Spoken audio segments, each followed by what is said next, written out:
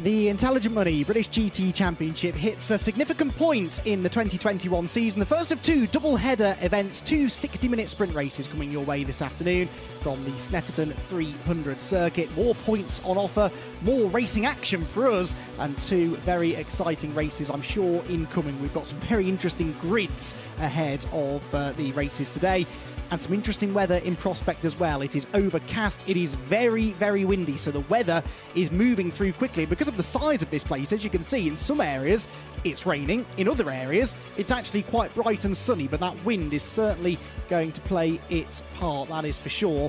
And southwesterly wind, as it was yesterday, was actually affecting the handling of a number of cars out there as well. Andy McEwen up here in the commentary box, David Addison alongside me. And David, I always get really excited ahead of these double headers. I love long distance racing, don't get me wrong, and I've really enjoyed the 2 and 3 hour races we've had so far, but these 60-minute sprints, they are half the length but double the action almost, because the drivers have to get on with it right from the word go. They're flat-out sprints, and you've got two flat-out sprints within one, in a sense, because you've got the AM race, you've got the Pro race, and they are always dramatic. And the fact that the weather is being so fickle as they leave the pit lane, for example, look one way and it looks bright, look the other and there are spots of rain falling. Our windows are getting wet, for example. So at the moment, the circuit is very much for slicks, but it could be that tyres become a factor in this race, and that's the last thing that teams want, on top of everything else, is trying to second-guess the elements. So we're in for a very dramatic hour. Hope everybody gets through the first few corners without drama. We had enough of that at Donington, we had enough of that at Spa. What we need to do is to get cars through the first few laps, and indeed through the first race, because there's limited repair time between this and the second stanza later on in the day. Exactly, so whilst you need to get on with it to try and maybe make up for a lowly grid position or try and bag some points in this race, you cannot afford contact or an off-track excursion that damages the car, because as David said, that might then jeopardise your chances of getting out in the second race later on in the day. This then is the car that leads the championship in GT3 by virtue of their first victory of the year, actually. Last time out at Spa in Belgium, Dennis Lind and Leo MACHITSKI drove a faultless race, actually, whilst others around them were losing their heads a little bit to take their first win, but their third podium finish. And had it not been for a non-finish at Donington Park a few weeks earlier, at the very first corner, of course, when Leo MACHITSKI came across a sideways Michael Igoe at turn 1, they would probably be even further ahead in the championship. As it is, though, Lind and MACHITSKI have just a 1.5 point advantage over Andrew Howard, who is second on his own because Johnny Adam, his co-driver, was not able to race at Spa for COVID-related issues. And so Andrew Howard, who went on to finish just off the podium in 4th place, he now is second place on his own, with YELMER, BUURMAN and Ian Logie third in the championship, with only 8.5 points covering the top 3 teams. The grid then for this one is headed actually by two cars that we're not that used to seeing at the front of the grid. One of them we haven't seen at all this year is the 97 Oman Racing with TF Sport Aston Martin. Ahmed Al-Harthi making a welcome return to the championship, likewise Charlie Eastwood, who is his pro co-driver. And it's the Bentley of Kelvin Fletcher and Martin Plowman alongside. They didn't go to Spa. They've had nothing but misfortune, it seems, in the earlier races this season. And they have now, David, a brilliant opportunity, don't they, to bounce back from all of that from the front row of the grid. Absolutely right. So the front row cars, both examples of cars with lots of grunt, front engine British beasts. Aston Martin taking on Bentley, and Martin Plowman will do the second stint in number 11 that lines up second on the grid, and Martin Plowman is with Bryn Lucas on the grid. He is indeed. Martin's in deep conversation right now. Martin, it's great to see you guys back on the grid, and also great to see you on the front row. Yeah, thanks, Bryn. It's been going well. You know, we're making progress with the car. It's a new team. It's a new car to us, and we're just learning all the time. But we've got a great opportunity today to try to get some silverware. We've just got to make sure that we nail everything and just keep a calm head. Of course, it's a long straight down there to that first right-hander. Kelvin's in the car. You're giving him all the words of encourament. He knows what he's doing here. But he's been teaching me. What is the plan? Because it's a 2-race day. Well, obviously, he's up first. You know, we're going to be quite aggressive in race 1. You know, we've predicted rain in race 2, so we might be going pretty hard on our strategy for this one to see what we can get. And then race 2, we'll see what it brings. Good luck, Martin. Thank you. See you soon, mate. Yes, thank you very much, Bryn. So Martin Plowman will be watching on nervously, I'm sure. Those guys have yet to trouble the top 5 so far this year. So cars gridding up then. Before the race gets underway, though, it is a moment to reflect upon events from a week ago. I'm sure the vast majority of you have heard of the really unfortunate events that took place at Brands Hatch a week ago. There was a serious incident which unfortunately claimed the life of one of our volunteer marshals, Robert Foote, sadly taken from us volunteering at that event. And the marshals, we say this every time it seems that we are at a race meeting. We couldn't go racing without them. They are the lifeblood of the sport. But unfortunately, what happened a week ago did rather remind us that they do put themselves on the front line. They put themselves potentially in harm's way so that we can enjoy the sport that we love. And it is always tragic when marshals, unfortunately, are injured, or in this case, taken from us completely. Robert Foote was a volunteer marshal for a number of years, predominantly at Brands Hatch, also a scrutineer, and had been heavily involved in motorsport for an awfully long time. And the events that occurred at Brands Hatch a week ago really rocked the entire motorsport community in a way that I can't recall seeing for an awfully long time. It has brought the community together, and you'll notice all of the cars are running with an orange heart to show their respect and admiration for the hard-working marshals. And there you can see the orange heart, which will be across the windscreen banners of all of the cars. Some other teams and drivers making their own tributes as well to Robert and the wider marshalling community this weekend. But as the cars have now all made their way onto the grid, we're going to gather for a minute of reflection to remember and celebrate the life of Robert Foote. And the circuit will fall quiet, a minute's silence then here at Snetterton as we contemplate and remember what happened at Brands Hatch a week ago. So I hope you'll all join us at home then in a minute's silence for our fallen marshal, Robert Foote.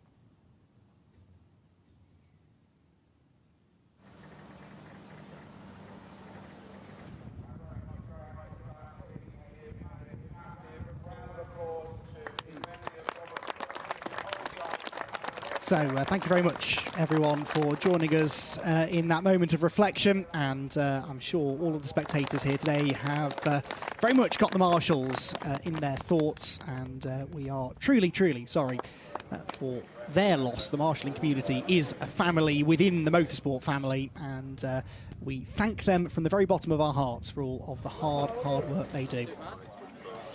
Right then.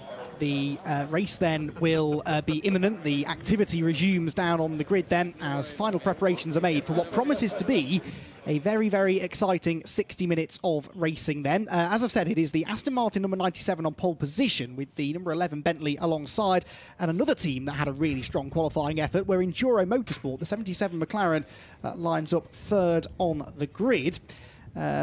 Meanwhile, back in GT4, it's another McLaren that was at the top of the times. It was the number 3 Team Rocket RJN car. Michael Ben Yaya drives it and is down there with Bryn.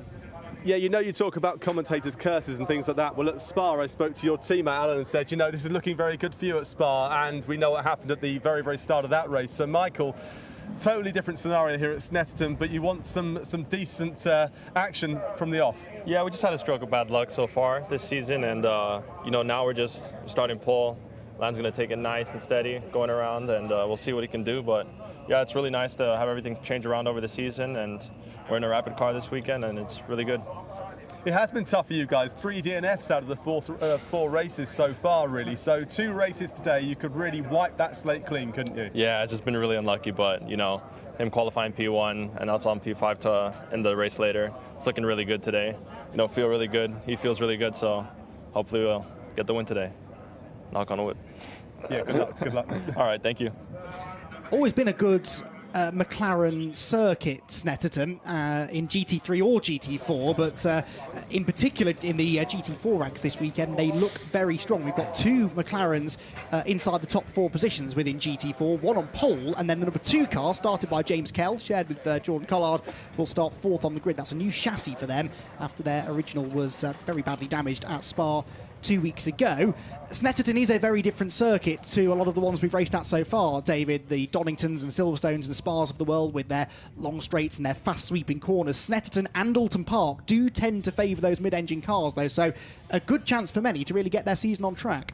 Yeah, it's almost like the second part of the championship, isn't it? Different type of racing now with these double headers here and Alton Park. Gap on the grid, you'll notice there. There's one Porsche, the GCAT car, but missing is the Reshell Team Parker Racing entry. It's got a throttle sensor issue that the team can't quite get to the bottom of. We'll come to that in a moment, because GT4 gave us the first win for their number 90 Balfe McLaren of Ashley Marshall and Jack Brown in Spa, and Ashley is with Bryn on the grid. Well, we know what happened at Spa. It was a fantastic result for you two. Not quite so good in qualifying yesterday. What happened from your point of view? To be honest, I think we struggled a little bit this weekend with setup. We had a few gremlins on Friday, so just kind of getting to with them. The car's a lot better now. So really qualifying was kind of a bit of an experiment almost with the setup. But yeah, Jack's qualified P5, which I think is a strong starting position. So I think hopefully get some good points and just, yeah, we've been quick all year to be fair. Just had a bad luck in the start of the year. So I think, yeah, just get some good points this weekend and then see where we are into the last 2 rounds. It's the way to go. Good luck. Thank you. Cheers. So Ashley Marshall then elated with his victory that he shared with Jack Brown, of course, last time out at Spa, and that was their first win. It was their first podium of the season, and now they arrive, as we've said, at a circuit that should suit them well, admittedly with a 10-second success penalty because they won last time out. Worth reminding everyone, perhaps if you're new to the championship, if you win a race, you have a 10-second success penalty to serve next time out. 10 seconds in these sprint races anyway, 7 seconds for finishing second, and 5 seconds for finishing third, and that repeats again then in race 2 later on. So the winners of this race, and in fact all of the podium finishers in this race, will have extra time to serve in the pits later on.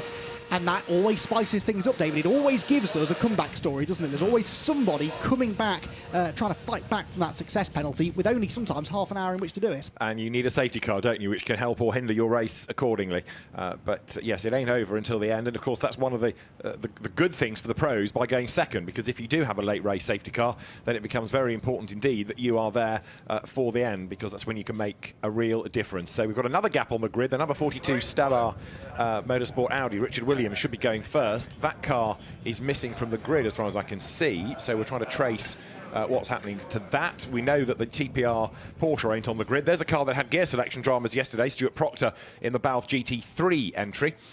So they've had the warm-up session this morning, and from memory the Audi did go out, but did it not go off towards the end of the session? I have a feeling that somebody had had a spin late in the session. It might have been that car, might have been another. However, it ain't on the grid, which is rather frustrating news. The grid is completed by Dave Whitmore's Sicily Motorsport Mercedes, the car god's backed car. Touring car team coming into British GT this year. Engines fire. It's going to be a rolling start, of course, so they will do one lap behind the McLaren safety car, pace car as it will be. That will peel into the pit lane, and if the race director, Peter Daly, is happy with the Noah's Ark formation, then we will be in business. 25 to 35 minutes, the pit window. Race 1 of 2 is set to go. Indeed it is. So the grid starts to clear, then the nerves start to jangle, I'd imagine, for these drivers. Remember, race number 1, the grid is set by the qualifying times from qualifying session 1, which was completed by the AM drivers. So the AM drivers start this race. The pros will jump in after the pit stops, and then they reverse that for race number 2. So the start of this race could be pretty entertaining. It is the 97 car then. Welcome return to the championship for Oman Racing with TF Sport. And Ahmed Al-Harthi, who was a front runner in the championship a number of years ago with Aston Martins, is a very quick AM, it must be said, and he managed to claim pole position by about 0.8 of a second yesterday, so expect him to try and make a break for it here at the start. That car, of course, has no success penalty because it's its first appearance in the championship this year. So the noise builds then, the cars head out on their green flag lap around the Snetterton 300 circuit. A chance to see what the weather conditions are doing as much as anything else, because we have had these odd little showers that have come across the circuit. Hopefully, though, it is dry for the start of the race, which we'll see Ahmed Al-Harthi on pole position from Kelvin Fletcher looking for his first victory of the year as well for Paddock Motorsport. Morgan TILLBROOK, a really impressive effort that for Enduro, third, ahead of Adam Ballant, double winner here 2 years ago for Barwell Motorsport. Michael Igoe is fifth ahead of Andrew Howard, second in the championship, sixth on the grid. Championship leader Leo MACHITSKI deep in the field, seventh on the grid for him, ahead of Ian Loggy, who didn't even make it to turn one last time. He starts eighth. Stuart Proctor is ninth, ahead of not the Team Parker Racing Porsche, because Nick Jones, we know, is not taking the start. That means the last of the GT3 cars will be the GCAP Porsche of Seamus Jennings. Then we get into the GT4s, who hopefully will leave a cap to the GT3s at the start. McLaren on pole, Alan Valente for Team Rocket RJN, ahead of Will Burns, the championship leader in GT4 for Century Motorsport. Will Moore's Ford Mustang is third, ahead of James Kell in that new chassis there, the black number 2 McLaren. Ashley Marshall, winner last time, is fifth, ahead of Katie Milner in the third of the Rocket RJN McLarens. Then it's the Toyota of the BMW, I should say, of Chris Salkeld, ahead of, unfortunately, another empty space on the grid. Richard Williams, a non-starter for Stella Motorsport. John Ferguson's Toyota is then next, ahead of the Ginetta of Mark Sansom, that is on pole for race 2, actually, but Mark starting deep in the field for this one. Nick Halstead is next. Matt Topham had a spin in qualifying, which rather hampered his efforts, and so he will start 24th overall, whilst at the very back of the grid is the car gods with Sicily Motorsport Mercedes, started by Dave Whitmore. So a couple of cars missing, David, but still set to be a great race. Hopefully just one to miss, actually, because it's a damper issue for 42, but it's at the end of the pit lane and is good to go. So it will join in last.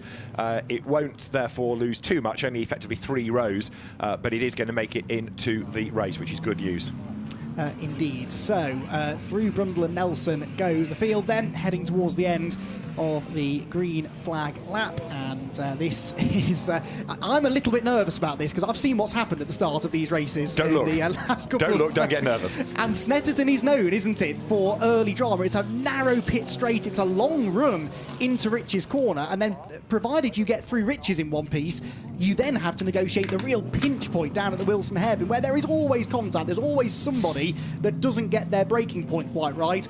Let's hope, fingers crossed everyone, that we get a clean start and a clean 60 minutes of racing then for round number 5 of the Intelligent Money British GT Championship. The drivers have all been given clear instructions on how this start procedure should work. They should stay 2 by 2, they should run through their grid markings, and as soon as the lights go out, you accelerate. The race is on, and that is about to happen. Ahmed Al-Harthi on the left, Kelvin Fletcher in the Bentley alongside him. Watching the red lights, they will go out now, and we are racing here at Snetterton. The green flag flies. A good start made by Andrew Howard further back. He's already cleared Adam Ballant, who was really slow away, but it's Al-Harthi that leads them into turn number 1 then, from Fletcher second, Morgan TILLBROOK in third, and Michael Igoe fourth. They are all into and indeed out of Rich's in one piece. The GT4 cars following, and now down into the braking zone at the Wilson hairpin. The top 2 run a bit wide, not as wide as Andrew Howard though, who could lose out to Leo MACHITSKI on the exit. GT4's coming into picture and back around the hairpin all in one piece. A clean start, David. Andrew Howard's start was almost Neary-esque, but the gaps were there for him, so he did a really good job round the outside, nailed that beautifully, and gained places as a consequence. But Ahmed Al-Harthi leads the way. Then Kelvin Fletcher is second in the Bentley, and making good progress. Third is Morgan TILLBROOK. Then as they come through Agostini for the first time, Ian Loggy coming under attack from Adam Ballant. And this the view now as they wriggle their way up towards Hamilton and Oggies for the first time. The race start, though, is under investigation. Now, that might just be to make sure that everybody was doing it properly. There might be something more sinister, so we'll keep you posted. Oh, Andrew Howard there has a mistake through Oggies. MACHITSKI needs no second invitation and dives up the inside. So Howard's good start, unfortunately, being undone a bit now, as Michael Igoe has a good exit onto the Bentley straight, gets alongside Morgan TILLBROOK and goes third. So the car that is fourth in the championship then, the WPI Motorsport Lamborghini, into a podium place already.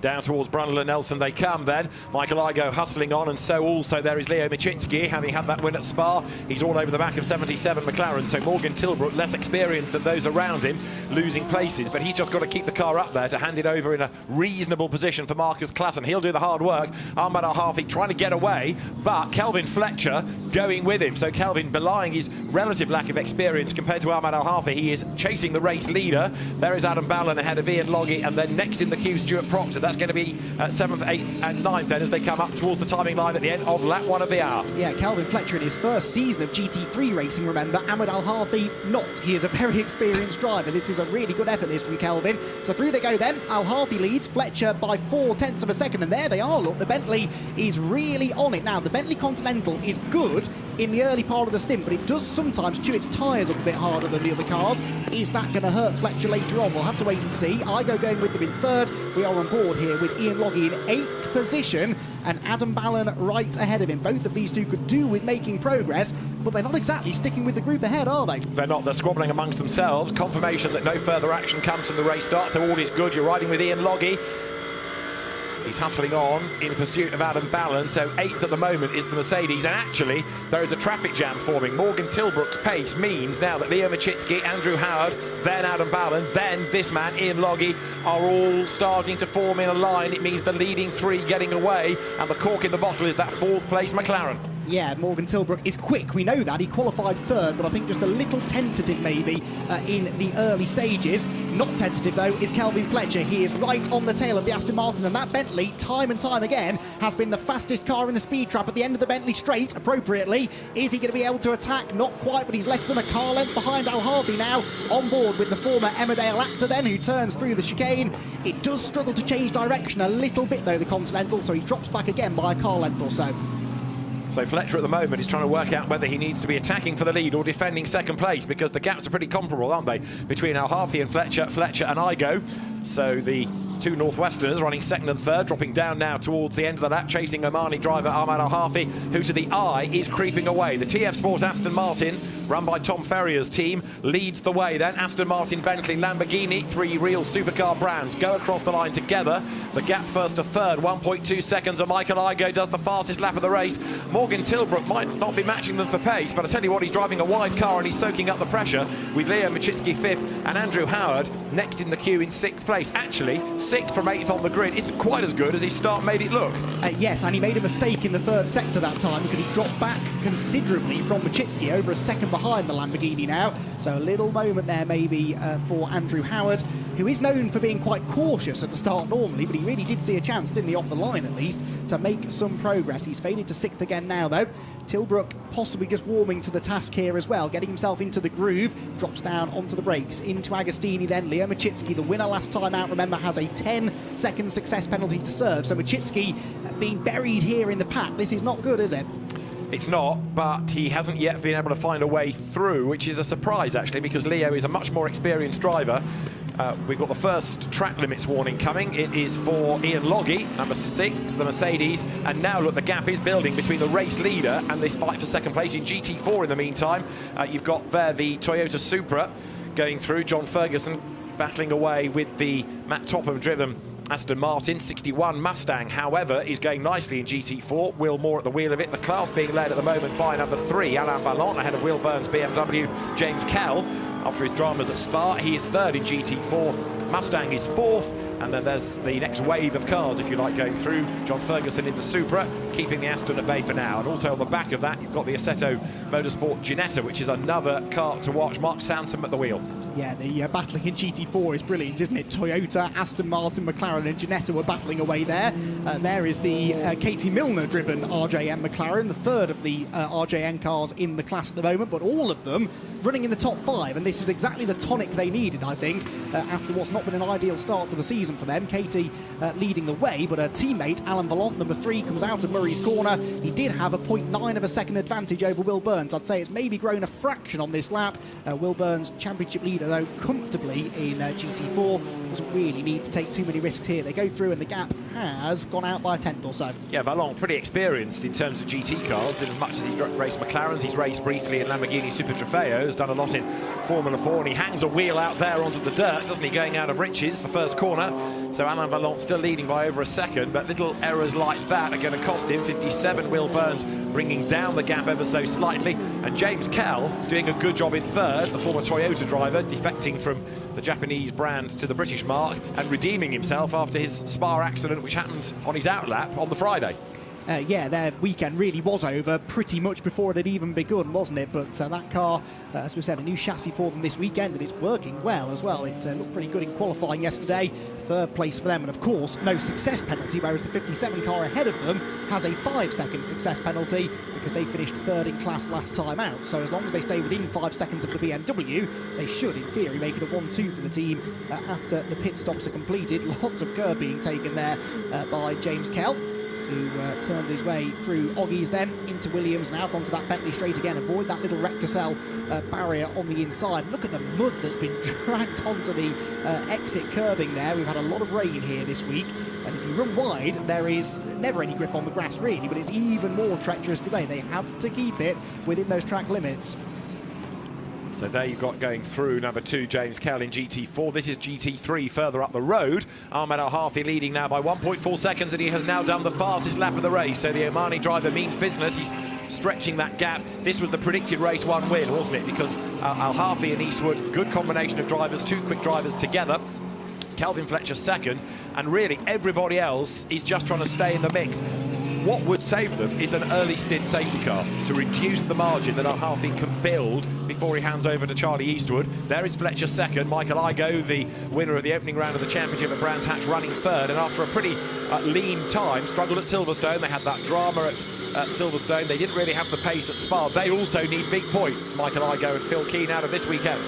Yeah, interesting dynamic here, because I agree with you that Fletcher is probably praying for a safety car, but actually that's the last thing that IGO wants, because they've got this success penalty to serve. They were second last time, so at the moment he is nearly 3 seconds clear of Morgan TILLBROOK. It's not beyond the realms of possibility that he could build that gap up above 7 seconds by the pit stops and still come out in third place, or Phil Keane will come out as it would be after the driver change in third. So IGO wants this to run green, but he'd quite like to get past the Bentley as well. But that's going to be hard to do when the Continental is this quick down the straight. Look at that gap grow.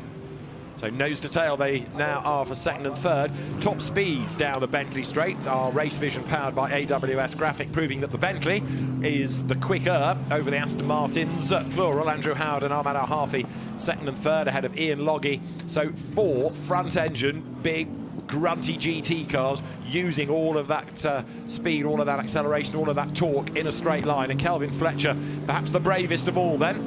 We know he's got good feet for dancing. He's got feet made of lead, presumably, to absolutely stamp to the boards and get every last nth out of the Bentley. Stretches the margin again, look, so you've got the aero of the Lamborghini, but you've got the power of the Bentley pulling away. Bit of a skirmish there. The 42 Audi that has joined in from the pit lane getting involved, it's got damage, and that does not look good. Richard Williams, I think, was getting involved with, amongst others, Matt Topham, and possibly also the Nick Halstead McLaren there, but the net result is that the Audi, having started in the pits, is heading back there. And it's crabbing, isn't it? So suspension damage there. This is what happened. He goes up the inside of Topham then into Williams. He's there, he's fully alongside, and Topham, I don't think, realised he was. He turned into the apex, the Audi was there, contact made, and unfortunately that looks like the end of the race for Richard Williams and Sendon Fielding. They had a retirement at Donington as well with a mechanical issue in the early stages, and that is not what they wanted. This is a track, of course, that car has won at in the past. Not going to happen in this one. No, I'm not quite sure where Matt Topham expected the Audi to go. It certainly just couldn't disappear, and as you say, it was fully alongside really going into the corner, so very bad luck that for Richard Williams, and yet again it happened so early in the race, which is perhaps even more frustrating. Now have a look behind Leo MACHITSKI, because Andrew Howard is coming under attack from Adam Ballan. Interesting the way that Aston Martin is kind of struggling in a sense, largely because Andrew's got to go defensive now and he's falling away from MACHITSKI. One of the biggest cheers of this first stint you've got to reserve for Morgan TILLBROOK, because he is still there in 4th place. Now, his season may not have got off on a high start with that crash on the formation lap at Brands Hatch, but he's improved greatly. He missed Spa, so he's a bit behind the 8 board in terms of track time, but he's doing a ripper job in 4th place, whereas Adam Ballan here now realises he's got the quicker car, he's confident in it and the tyre temperatures and pressures, and he's having a really good go at Andrew Howard, who goes wide into Coram there. Yeah, Howard got away from him down the straight, but we're seeing here the ability of the Lamborghini to go through these high-speed corners through the final sector, changes direction well into Murray's, gets the power down actually earlier than the Aston Martin, but just look at Andrew Howard increase the margin as they go across the start-finish line. They flash past them. The gap between the two is 3.5 tenths, and that's just too much then for Balance to have a go at Riches. That isn't really an overtaking opportunity, though. The next corner is, but again, he's not close enough. This is the difficulty. When you're trying to overtake a car that's quicker than you in a straight line, you may be quicker through the corners, but you can't drive through the car ahead. You've got to be there going into the braking zones, and he's not quite close enough. Audi into the pit lane. The incident is under investigation. It's bitten a big chunk out of it. If that car goes back out, it will only now become a test session really ready for race 2. So Morgan TILLBROOK hanging on to 4th place. Ian Loggie in the meantime still pressing on as he tries to get back onto terms with Adam Ballan, and in so doing Loggie actually is being caught a little bit now by Stuart Proctor. Up the road ahead though there is the Andrew Howard Aston. This is Adam Ballan's view, and actually Andrew Howard looks like he's being spurred on because he's pulled away a bit from Ballan. He's caught up again to MACHITSKI, who in turn has got stuck behind Morgan TILLBROOK. So Leo MACHITSKI having a tough time of this. He cannot make the progress that he needs to do. In fact, most people finding it difficult, seemingly, around the nature of this circuit, to be able to overtake easily, at least at the moment. Yeah, MACHITSKI, I think, had a go at TILLBROOK into Wilson. It didn't work, and that lost him momentum then, which I think is why Andrew Howard has been able to close in a little more. The WPI Lamborghini, already a little dirty, it must be said, gets a bit more mud on it because it runs wide out of Nelson. Just picks up a little bit of that dirt on the exit of the corner. On board with Fletcher, looking back at the Lamborghini, which is wriggling its way through Coram. Brakes significantly later, look, turns into the corner well, but IGOE having the same difficulty here that MACHITSKI and Ballan are having behind. Lamborghini's got through the corners, but they're just losing out down the straights. I was going to say, yes, you've got the Bentley that's really good in the straight line, so here and Bentley straight, and then the aero-friendly Lamborghini that uses that aero all the way through the twiddly bits to bring down the gap, and then watches the Bentley storm away on Bentley straight, so it uses the next few corners to catch back up and watches the Bentley storm away over the line. Here we go, up the inside, tries to go Michael IGOE. That was a good late braking move, but didn't work. This is, though, the Lambo-friendly section of the circuit, heading towards this paperclip-style infield. Yeah, he should get a good exit here from Palmer's. The next corner is a place that you can dive up the inside, but actually he didn't come off the corner that well. We noticed at Spa, didn't we, a couple of weeks ago, some of the cars were struggling to follow the other cars through the high-speed corners, and these GT3 cars, we don't talk about aero a huge amount, or as far as dirty air is concerned, but it does seem to be a little bit of a factor at least, and maybe that just prevented IGOE from being close enough off Palmer's to have a go into Agostini. Through all easy goes, tighter line for the Lamborghini then, and he's going to try and maybe build a challenge down this back straight. Let's watch the speed as they come off the corner right up over the exit curb, but Fletcher knows that he's got that extra mile an hour or so in his back pocket. He may be dropping back from the leader, but again he builds the gap over 3rd place. And you can see the way the Lamborghini falls away. Again, remember, this is the fastest car at the end of the Bentley straight, just under 155 miles an hour through the speed trap. And the Lamborghini not in the top 5. So, stands to reason the gap's going to open up. Now, though, through bomb hole down towards Coram, the Lamborghini with the aero advantage sticks to the ground, brings down the gap, closes for turn 12, which is the left-hander they're coming up to. Now the last corner on the lap, but then the Bentley's going to pull away. So up front, Ahmad Al-Hafi. Last time around, he was 2.8 seconds to the good. There is the Oman Racing Team. Aston goes through. Let's see where we are with 2.8 seconds last time. The gap this time around is 3.3. There in second is Kelvin Fletcher. 3rd is Michael IGOE. In 4th is Morgan TILLBROOK. 5th is the highlighter pen Lamborghini there, Leo MACHITSKI. 6th, Andrew Howard. 7th is the green Lamborghini of Adam Ballan. 8th there, the Pink Panther Mercedes. Number 6, Ian Loggie at the wheel of it. 9th is Stuart Proctor. And then in 10th place, number 33, the Porsche of Seamus Jennings. The incident between, by the way, Richard Williams and Matt Topham will be looked at after the race. Yes, and the Audi, by the way, Bryn Lucas reports, has rear suspension arm that has been broken after that contact, which explains why it was crabbing. Mistake there for Ian Loggie going into Palmer's. Runs a little bit wide as Stuart Proctor been able to use that as an opportunity to attack. Loggie is sort of defending, isn't he, down to Agostini, but then pulls back onto the racing line, so Proctor is not close enough to have a go. In fact, yeah, Stuart was a couple of seconds behind him at the start of the lap. Now, that is the car that was leading in GT4, not that one, the one behind it. There looks like there is a problem here for Alain Valente. He's lost the lead. There was smoke out of the car, and into the pits he goes. Drama for the erstwhile GT4 leader. So Alain Valente down the pit lane, the RJN McLaren with a drama. It's a puncture, is it? It's certainly got, yes, a left front has gone down, so Alain Valente with a front left puncture. In a sense, that's good news, because that you can sort out and send back into the race. Yes, it's going to be time lost.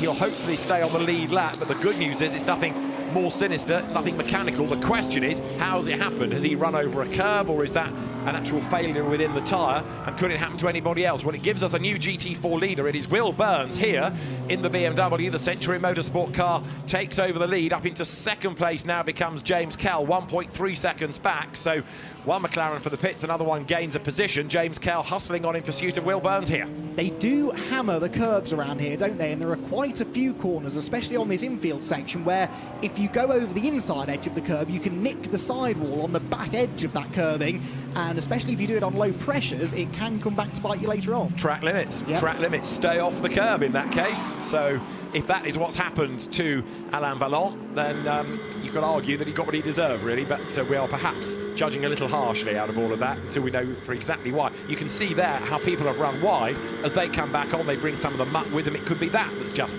cut down the tyre, but the net result is Alain Valente loses his class lead, but he's back in the race and will stay on the lead lap, which is the important thing. However, they cannot count that as their mandatory pit stop. No. He still has to pit again for the driver change within the next 10 or 12 minutes or so, because we are past 1/4 race distance. These sprint races always do fly by. 42.5 minutes, just less than that remain. And as you've said, it's Will Burns that now leads in GT4 from James Kell. Now, this is the highest placed of the RJM McLarens in the points. So actually, from a championship perspective for the team, this car is now sitting pretty, because the car ahead of it has this 5-second penalty to serve. So post-pit stops, if things stay as they are now, we should end up with another RJM McLaren in the class lead. If, yes. 42 Audi officially retired, 57 BMW also in GT4 category leader, but James Kell, I was about to suggest he's getting quicker. He's actually dropped back a tenth or so on that lap, but James here, having one of his better showings, he's sensing an opportunity to go for the lead. Now, of course, he's new to that car this year. He's learning about it all the time as Kelvin Fletcher comes under attack from Michael Igoe.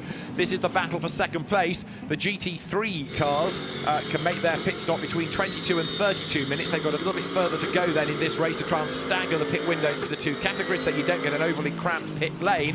Gap widens a touch in a straight line. They come up to lap the Mercedes there of Dave Whitmore that goes through, and the margin first to second is now 4 seconds. Kelvin Fletcher a bit busy trying to sort out the traffic. That's Dave Whitmore's view. He's lost track position, if you like, to the Bentley. There goes Michael Igoe. You see the speed differential between a quick GT4 car and a very quick GT3. Now, although Igoe lost out in that instance, I think traffic could actually be the thing that gives him a real chance to have a go at Fletcher. If Fletcher's exit speed onto one of those long straights is compromised by a back marker, we saw it in a Ginetta race earlier on this morning, actually. If you catch a back marker at the wrong point, it kills your speed down the next straight, and that has been the big strength of the Bentley. So, OK, he gained out of it that time, but the next back marker might play into the hands of Michael Igoe, and Igoe has to try and close back in now and be on his toes. The traffic is an opportunity to make progress. And Morgan TILLBROOK is still there in 4th place, having his best showing of the championship.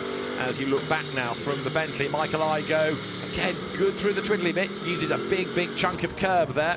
As you see, number 9 BMW, the Century Motorsport car of Chris Solkeld, going after Jack Brown, Spa winner in number 90 McLaren. So this is another battle building up now for what have we got, 6th and 5th and 6th with GT4. And finally, Morgan TILLBROOK makes a mistake coming onto Bentley Straight, and that means that as he goes out wide, Leo MACHITSKI is able to pounce and make a move, and he goes through. So finally, the Lamborghini goes by. Morgan TILLBROOK spun into action, though, comes back onto the inside line, couldn't find a way through, and Leo MACHITSKI, in theory, should now get away, but Morgan TILLBROOK, having been caught out by the traffic a little bit, losing the right line, therefore being put off his stride and losing the place, aims to fight back, but no, I think the damage is done, isn't it? Finally, the Lamborghini is released. And that was an important move for MACHITSKI, because it clears him now. He's into clear air, and look at the group of cars that were right behind. He's likely to fall behind all of those because of this 10-second success penalty, so needed this clean air. He needs to try and build a gap now over the next, well, less than 10 minutes before that pit window opens to try and limit the damage that can be done by the success penalty, and therefore limit the number of cars that Dennis Lynn has to try and overtake in the second part of the race, although a Dennis Lynn charge through the field is something I would quite like to see in a way. Absolutely. The number 3 McLaren's puncture, inner edge of tyre, so not curb related, thinks the team, but think everybody now will be monitoring tyre wear over the next hour. It's a relatively cool day as well, so it's a curious one, that. But as I say, it could have been something on the racetrack that they ran over. Now, here in GT4, you can see Nick Halstead under attack from Matt Topham, and Michael Igoe into the back of Kelvin Fletcher, who was delayed in the traffic. The Bentley half spins. It was a good save, and Michael Igoe does exactly the right thing, sits behind him, didn't gain the place because he knew he'd have to give it back after the contact, but the Lamborghini has got damage, and Michael Igoe now has got bodywork rubbing against a tyre, concertina effect in the traffic. How badly damaged are either of them? Igoe now tries to make the move again for position, but Kelvin Fletcher did a good job of saving that, and Igoe, a hat tip for the way that he backed out of it and didn't take the place.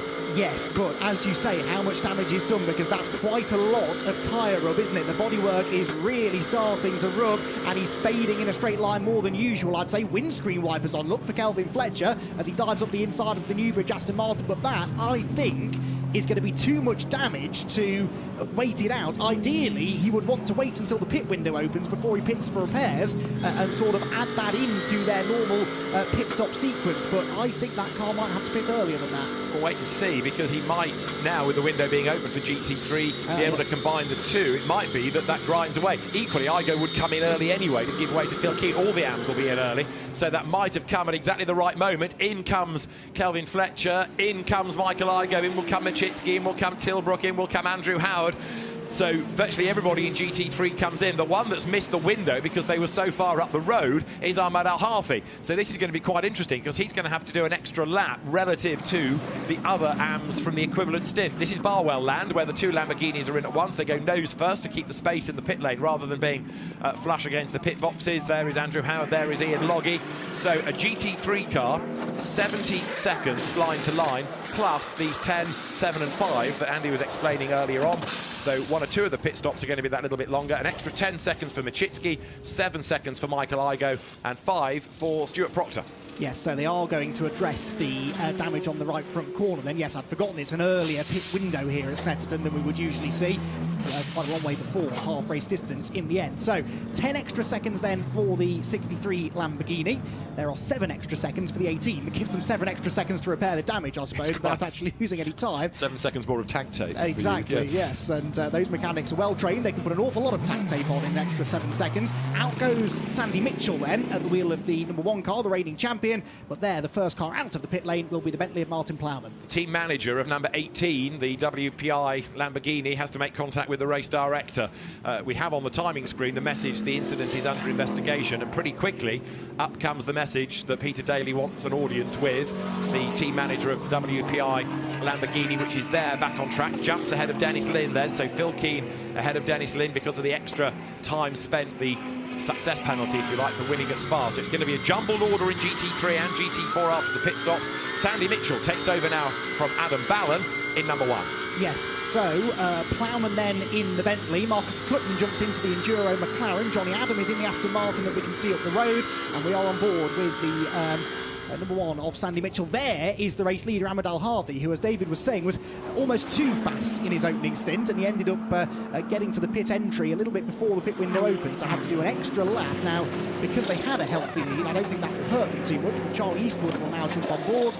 The Irish driver, we know, is very rapid. He's been racing Aston Martins over in Europe recently with much success. Just looking at the Bentley to try and assess any damage on that left corner. It looks fine, doesn't it? I mean, we know the Bentley is a big, strong beast, but the Lamborghini rattled into the back of it. It's had bodywork ripped and bodywork folded against a tyre, and the Bentley just breezes on as though it swatted away a fly, really. It looks absolutely fine, doesn't it? Yeah, it's the right rear corner, the left rear corner, yeah. sorry, and I mean, there's a little bit of damage, but I don't think they'll even be feeling that, so yes, lucky escape then for Martin Plowman and Kelvin Fletcher, and now Martin Plowman at the wheel. And this car, we think, should still be in second place once this all shakes out. He's coming through Coram into Maurice. There goes Charlie Eastwood out of the pit lane. He's going to get out of the pit lane almost before the Bentley gets to pit entry, so that's a decent advantage there for Eastwood. Now, Plowman's had 1 extra lap to get up to speed, but that is a big old gap. It is, but it's a slightly false gap in a sense, in as much as the gap stretched because of the contact and the time lost while Kelvin Fletcher was saving the slide. So it's not a pure reflection on the pace of either car, because some of the time was lost through that moment, and also being stuck behind the traffic. But Charlie Eastwood versus Martin Plowman, 9.9 seconds the starting point.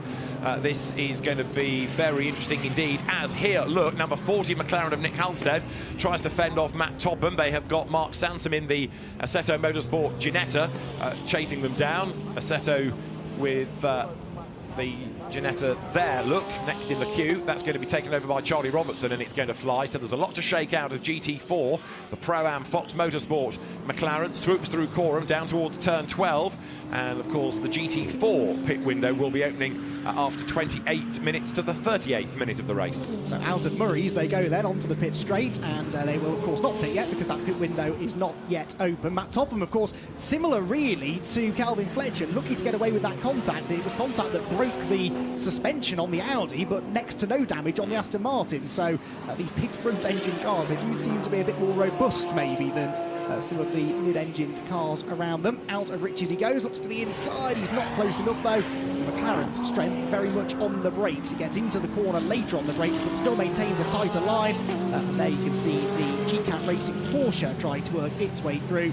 And that is Greg Caton now on board on his outlap from the pits. Yeah, that's going to be quick, isn't it? 33, Greg Caton, Formula Ford racer back in the 1990s, raced TVR Tuscans for a time, and now working his way through the traffic. So Charlie Eastwood led by 9.9 seconds. Let's see whether that gap is going to go up or come down. Through goes the Aston Martin. There in the background is the Bentley, and 9.9 is down to 5 seconds then. So the fastest lap of the race done by there Martin Plowman, and then bettered by Marcus Clutton, and then bettered by Johnny Adam, and then bettered again by YELMER BUURMAN. So as each car crosses the timing line, change and change and change, this is how the Bentley lost the time and the Lamborghini picked up the damage. There was a bit of a gap on the inside. Actually, Michael Igoe didn't really commit to the gap. He just couldn't stop in time.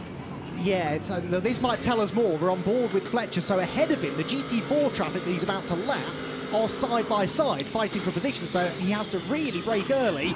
And you're right, I don't think Igoe was going for a move as much as he just braked significantly later than the cars ahead. It's still ultimately on Igoe, I guess, not to make the contact, but no harm, no foul, really. If anything, the Lamborghini came out a bit worse with the damage, so they may just get away with that. Yeah, I think Kelvin Fletcher braked early because of the traffic, and that's what caught out Michael Igoe, in fairness to him.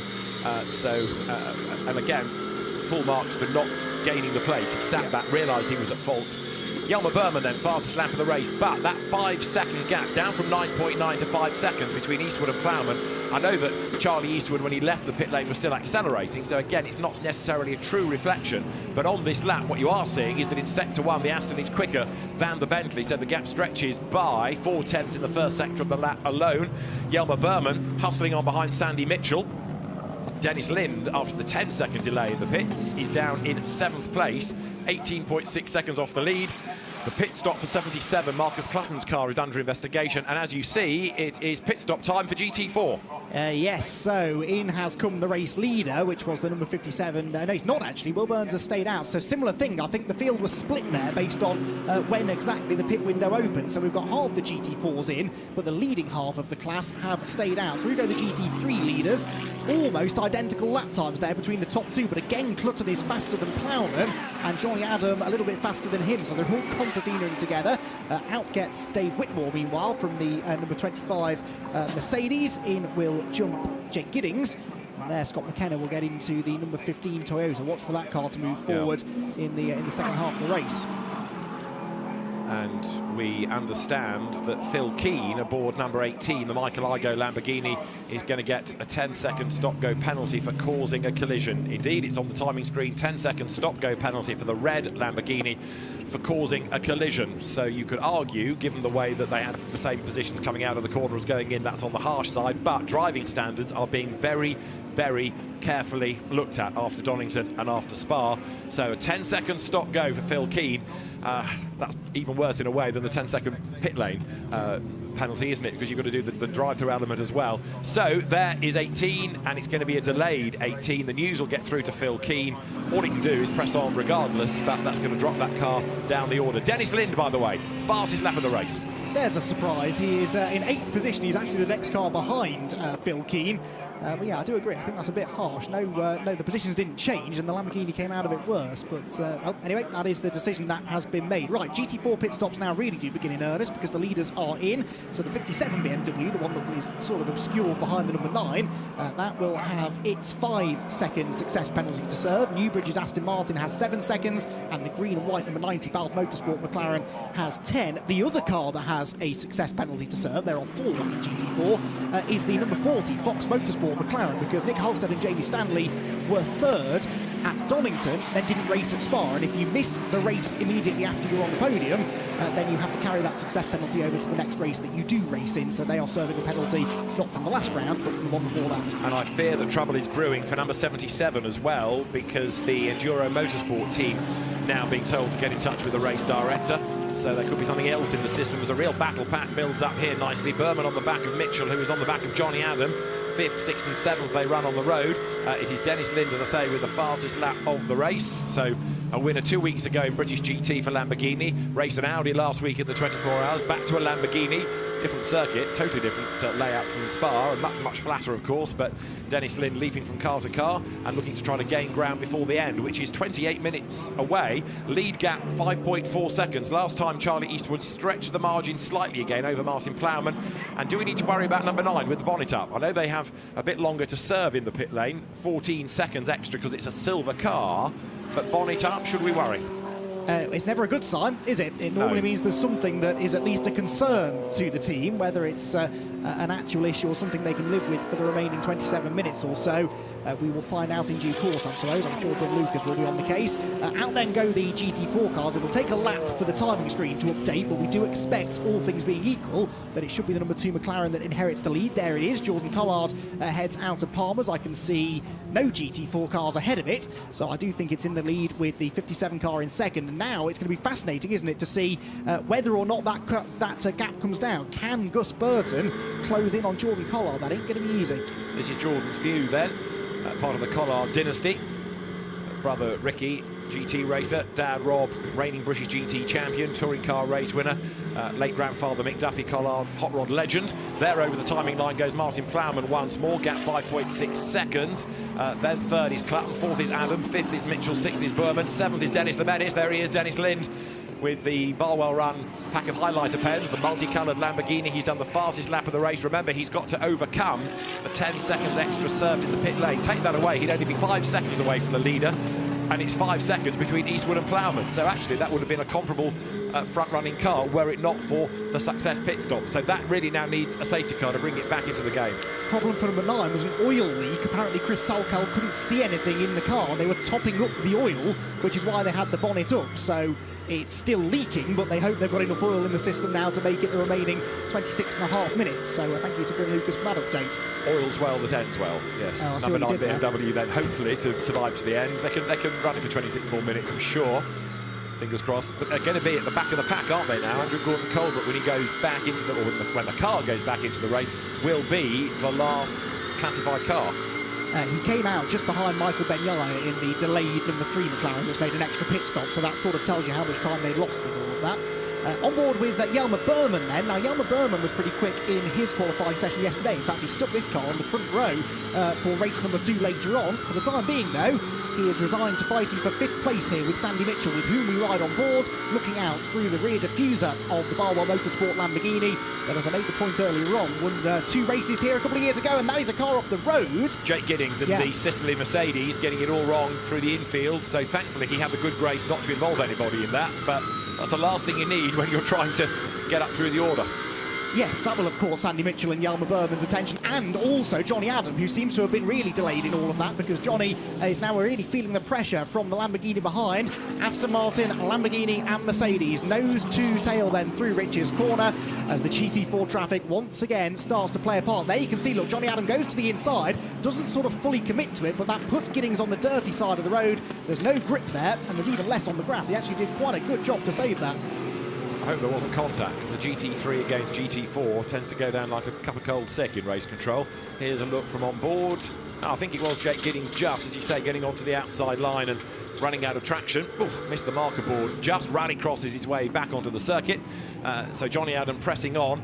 He's taking this train of Mitchell and Buurman with him, hunting down Marcus CLUTTON. Last time the gap was 1.4 seconds, but actually the McLaren, fractionally the faster of the two cars. Johnny's problem is he's having to defend as much as try to bring down the gap against the third-place McLaren. And CLUTTON was 7/10 faster than Martin Plowman ahead of him, who was 1.9 seconds ahead at the start of the lap. So third place is catching second place, and when he does catch second place, I think fourth, fifth and sixth will catch him. So we could end up with a 5-car fight here for the minor podium places. No one, though, can keep pace with Charlie Eastwood. He completed his previous lap in 1 minute 49.654, more than a second quicker than Martin Plowman in second place, and the only driver in the 1 minute 49. So Eastwood and Al-Harvey looking good for the win. Back to GT4 quickly, number 9 BMW back into the pit lane. So this oil leak, I'm afraid, is more serious than we thought it was going to be, as there in the background Yelmer Buurman runs wide over the curb. Still hustling on behind Sandy Mitchell. Through Coram they come, down towards turn 12 at the end of the lap there. Jonny Adam just up the road ahead as they wriggle up towards the timing line once more. So their second is Martin Plowman. There is nothing seemingly he can do now about Charlie Eastwood, who is in a class of his own. The BMW's engine absolutely covered in oil, we understand, number 9, but it's out of the race now as 6 seconds is the margin. Eastwood to Plowman. Marcus CLUTTON is third, Jonny Adam fourth, Sandy Mitchell fifth, Yelmer Buurman sixth, Dennis Lind is seventh. Now they're into the pit lane, and that's not a scheduled stop either, number 90. So that is Jack Brown who is in, and is that still within the window is my question, because he has come in. I think that's a bit too late, but he might just have crept in with a minute to spare. Need to look at the time that he came into the pit lane there. So number 90 has a question mark. Number 9 is out of the race with the engine bay absolutely covered in oil. And having said the gap was 6 seconds, Eastwood to Plowman, Aston Martin to Bentley, just to be really precise, and it's a good Aston Martin type gap this. It was 6.007 seconds over the Bentley. Very nice, very nice. I do enjoy it when that happens. So Eastwood then, yeah, was a bit slow on that lap, wasn't he? But Marcus CLUTTON is charging on. We haven't heard anything else about Enduro Motorsport getting a penalty. They were summoned to race control, weren't they, about 10 minutes now? Why did I say that? Drive-through penalty for Marcus CLUTTON in the number 77 McLaren. Timing, Andy. Yes, I really should have learned by now, shouldn't I? Pit stop infringement, the reason they're getting held up in traffic anyway, and so as I confidently predicted, Marcus CLUTTON is going to have to serve a penalty. He might not even be in third place when he comes in though, because that traffic did him no favours at all. Indeed so, and Jonny Adam is closer, taking his fellow Scot Sandy Mitchell with him, but what the infringement was we're trying to get to the bottom of, but either way it is bad news for Marcus CLUTTON, because that's going to have to serve a drive-through penalty.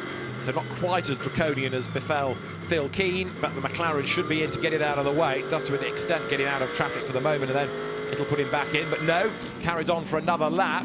And look, while all that's been going on, Dennis Lind is almost up with them. Dennis absolutely flying. He's one of the best things to happen to British GT in many a year. Lamborghini champion, Blancpain GT Asia champion, and a good character as well, as successful and busy as he is in esports as real world racing. And he likes Dalton beer. And he comes out of the Wilson hairpin on the back of Loggy. Loggy is all over Sandy Mitchell like a rash. Yelmer Buurman, I should say, in Ian Loggy's car, the Ram Racing Mercedes. So Yelmer Buurman on the back of Mitchell and having to defend now from Dennis Lind. This is all building up nicely. And in fact, while Sandy Mitchell defends fifth, so Jonny Adam is just edging away ever so slightly. Yes, although traffic possibly playing a part in that as well, because he's now stuck behind the number 90 GT4 McLaren. Buurman a bit wide there. Lind sees an opportunity here. Dennis, when he won 2 weeks ago, didn't really have to overtake anyone apart from the GT4 cars, did he? He dominated that race, and when he got in the car already had a big lead. Now, though, we're really going to see what his racecraft is like. We know he's a feisty driver, and he's right on the tail of Buurman. They will both go up the inside of Ashley Marshall, last time out GT4 winner. But again, Lind is going to have this issue, isn't he, with the Mercedes? It's going to be quicker down the straights, the Lamborghini better through the corners. He's going to have to rely on Buurman getting delayed somewhere. Yeah, but this is Dennis Lind we're talking about, and he's going to have a go on the outside line if he gets the job done. And Yelmer Buurman moved out of the way, I think. Has he got a problem? He didn't put up any fight, and that car doesn't look as quick as it should, and he's got nothing in retaliation. So the Ram Racing, has he got a puncture? Is it low on the corner? Either way, it's got a problem, but Yelmer Buurman is heading for the pit lane. Is it low, or are my eyes deceiving me? Either way, it's got a problem, but Yelmer Buurman slowly making his way round to the pit lane. So, Bryn, on your toes, if you will, for us. I think it's the front right. Have a look at the front right on the Mercedes. It's still just the poise of the car doesn't look right. And as it comes in, I think the front right might be low, so that if it is another tyre issue, it's a different corner. But there it comes down the pit lane. It's slightly tilting, which is why I keep coming back to my tyre concern. And is it the right-hand side? Right rear is where they go to. So yeah, it is a right-hand side tyre issue. The team goes to work. So it's an unscheduled stop, but the question is going to be, where was that picked up and how? Well, yes, indeed. This car, third in the championship. It's a quick tyre change by Ram Racing, so efficient work there to get him back in the fray, but a lot of damage done. They are going to be very grateful for the fact that they're on the front row for race 2 later on. That's going to now be their only real opportunity to score big points this weekend. Less than 20 minutes to go then. We're into the final third of this 5th round of the Intelligent Money British GT Championship. Charlie Eastwood has an 8.6 second lead over Martin Plowman, who's a second and a half ahead of Marcus Clutton, but Clutton has a drive-through penalty to serve for a pit stop infringement, meaning Johnny Adam should inherit 3rd position. In GT4, meanwhile, there is your race leader. No, it's not, sorry, Jordan Collard is the race leader, number 2. Gus Burton, number 57, is second.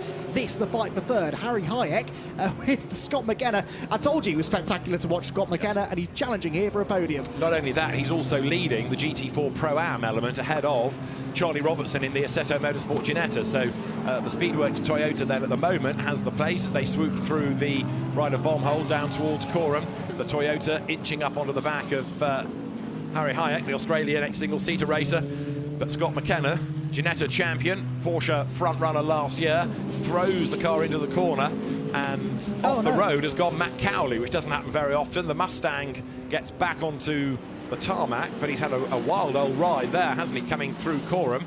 And this is how he did it. He got forced out wide by the Bentley, just put him offline, a bit like we saw with Jake Giddings, but the Mustang swaps ends.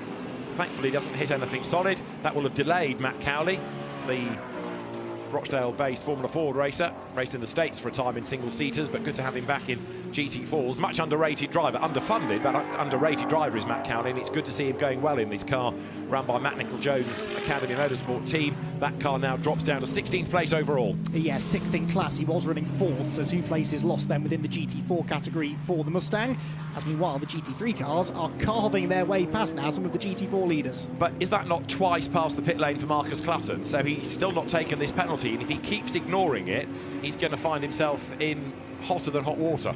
Yeah, it's not going to go away, is it? I mean, they might well be trying to argue the case behind the scenes, but yeah, you are going to have to come in and serve that penalty this time, Marcus, I think. Yeah, and the Ram Racing issue is that they ran wide at turn 1, so maybe a little bit of debris or dirt on the outside of the line. So on the outside of Rich's offline, ran over something, punctured tyre. YELMER BUURMAN brought it back. It was obviously a slow puncture because it was only towards the mid or end of the lap that it really started to be a drama. There is number 11, Martin Plowman, and you can see 3rd, 4th, 5th, 6th, all bunched up together now as they drop down through the old S's. Number 4, Harry Hayek, ahead of the Pro-Am leading Toyota of Scott McKenna.